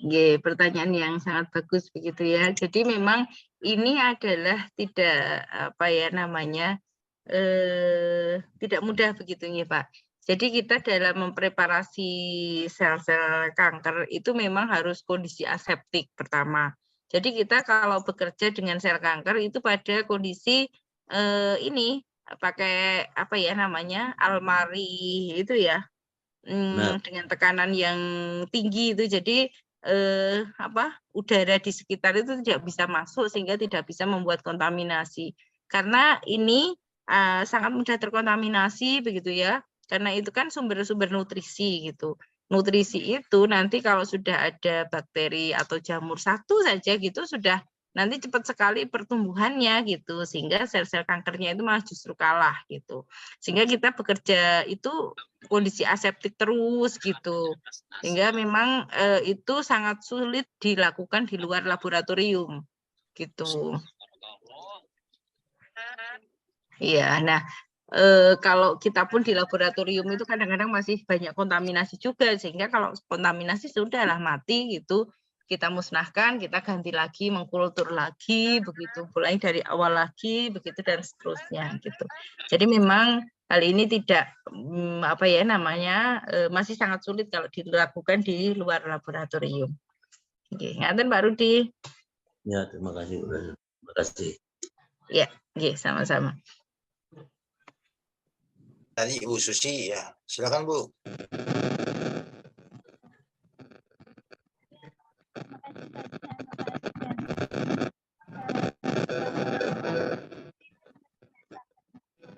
Suaranya belum jelas Bu.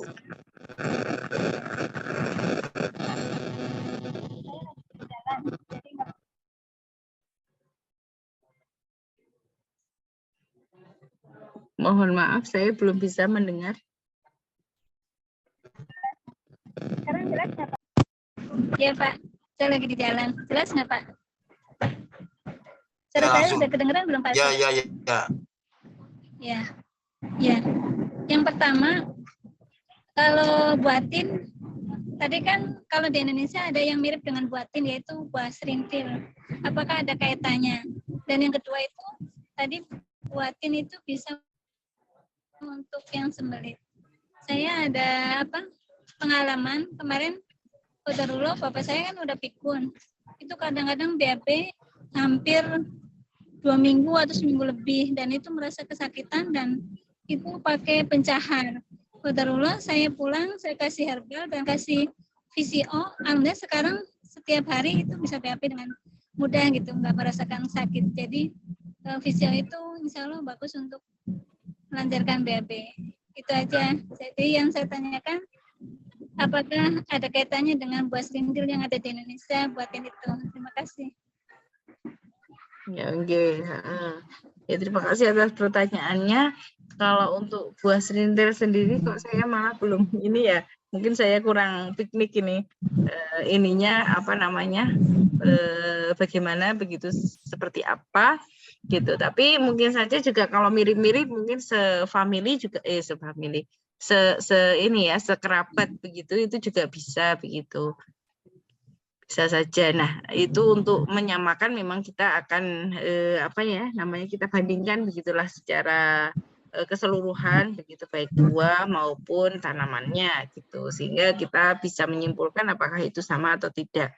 Tapi kalau misalnya mirip, itu biasanya memang masih ada hubungan kekerabatan gitu. Nah, biasanya kalau masih ada hubungan kekerabatan itu kandungan-kandungan zat aktifnya itu juga masih tidak jauh begitu ya.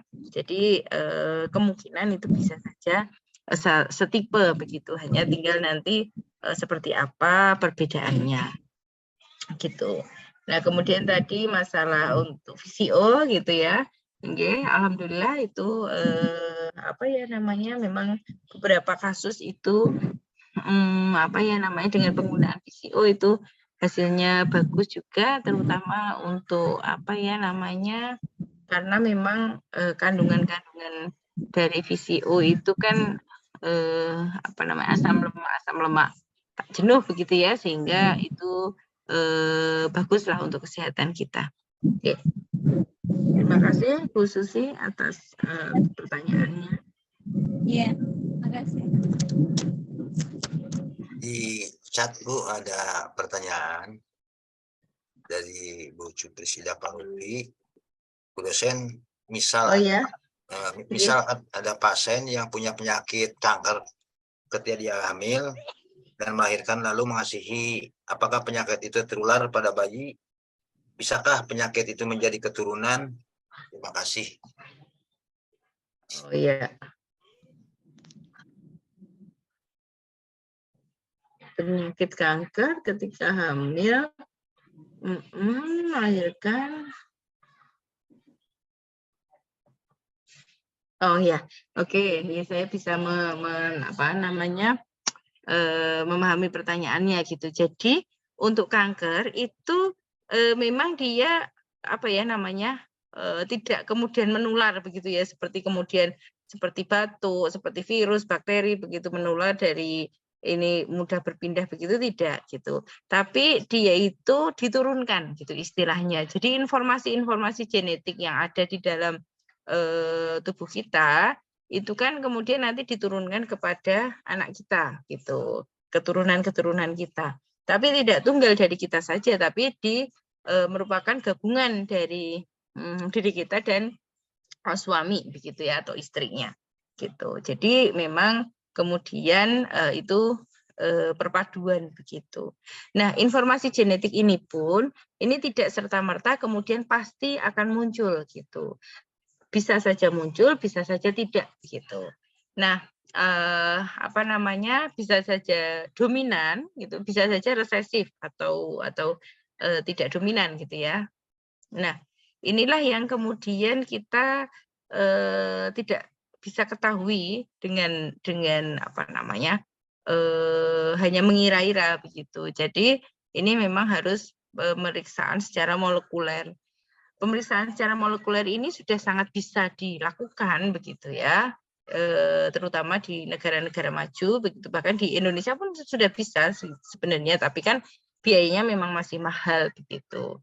Sehingga memang kalau teman-teman saya yang bergerak di apa namanya ya, genetik itu memang rekomendasinya itu kan memang kemudian setiap diri itu memeriksakan atau apa ya, menuliskan informasi genetik yang ada di dalam tubuhnya begitu, sehingga nanti akan terdeteksi begitu ya potensi-potensi penyakit yang bisa ada di dalam tubuhnya, sehingga bisa ada follow up atau bisa saja ada apa ya namanya tindakan-tindakan untuk pencegahan begitu.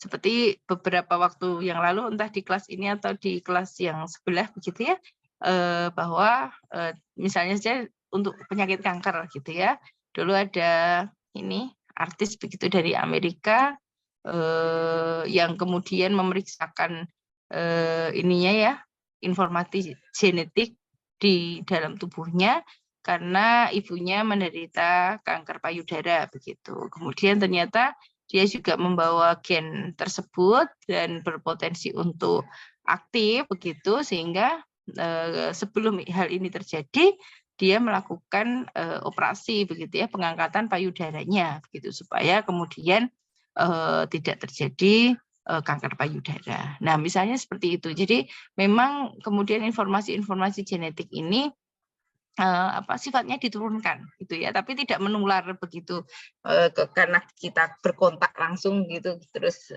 menular begitu, tidak gitu. Nah, kalau ini tadi faktanya seorang ibu yang kemudian dia menderita kanker, kemudian dia melahirkan seorang bayi. Nah, si bayi ini juga bisa saja dia membawa gen ini ya kankernya gitu. Tapi ada banyak hal nanti yang berpengaruh, misalnya tentang gaya hidup gitu.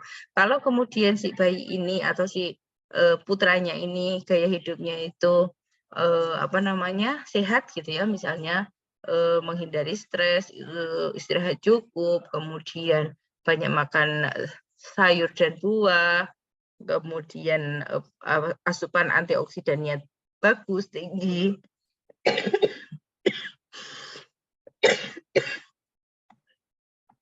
Nah, begitu itu biasanya kemudian mengurangilah resiko dari munculnya kejadian kanker.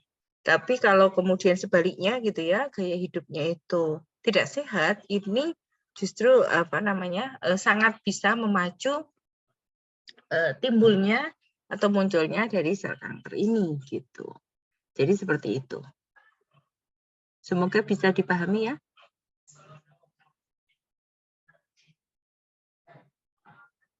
Ya, terima kasih Bu. Bapak dan Ibu, apa sudah cukup Bu? Ya, saya kira sudah cukup ya. Apa Bu Nina ini udah bertanya belum ya? Sudah tadi. Apa baru nih? Tadi sudah kok. Oh sudah ya? Oh sudah. Iya. Ya, jadi. Sudah Pak. Sudah. Oh iya. Cukup Bu ya? Iya, sudah cukup Pak. Sudah ngantuk. Wah iya. Baik, terima kasih kepada Ibu dosen yang telah memberikan materi pada malam hari ini. Mudah-mudahan apa yang telah disampaikan dosen tadi bermanfaat dan menambah wawasan bagi kita semua. Baik Bapak dan Ibu, para mahasiswa yang saya banggakan, sepertinya materi pada malam ini dicukupkan sampai ini.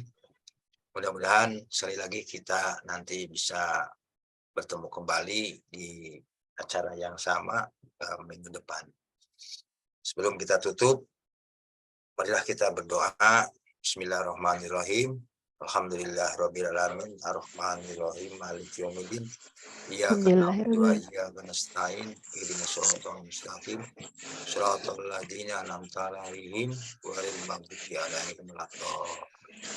Rabbana hab lana min azwajina wa dzurriyyatina qurrata a'yun waj'alna lil muttaqina imama. Rabbana faghfir lana dzunubana wa kaffir anna sayyi'atina wa tawaffana ma'al abrar. Rabbana wa atina ma wa'atana 'ala rusulika wa la tukhzina yaumal qiyamah. Innaka la tukhliful mi'ad. Rabbana atina fid dunya hasanah wa fil akhirati hasanah wa qina adzabannar. Billahi sabilil haq fastabiqul khairat. Wassalamualaikum warahmatullahi wabarakatuh. Waalaikumsalam warahmatullahi wabarakatuh. Terima Terima kasih Pak Asep, terima kasih Bu dosen. Terima kasih semuanya. Ya, Mohon maaf. sama-sama, Bu. Selamat beristirahat Bu dosen. Terima kasih semuanya. Waalaikumsalam.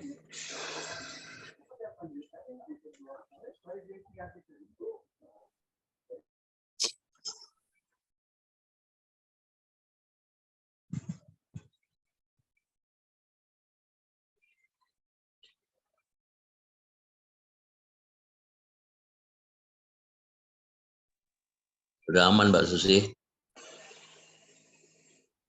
Nah, lagi pilek nih Pak. Aduh. Batuk, ada pileknya. Ngopi dulu Pak Sep.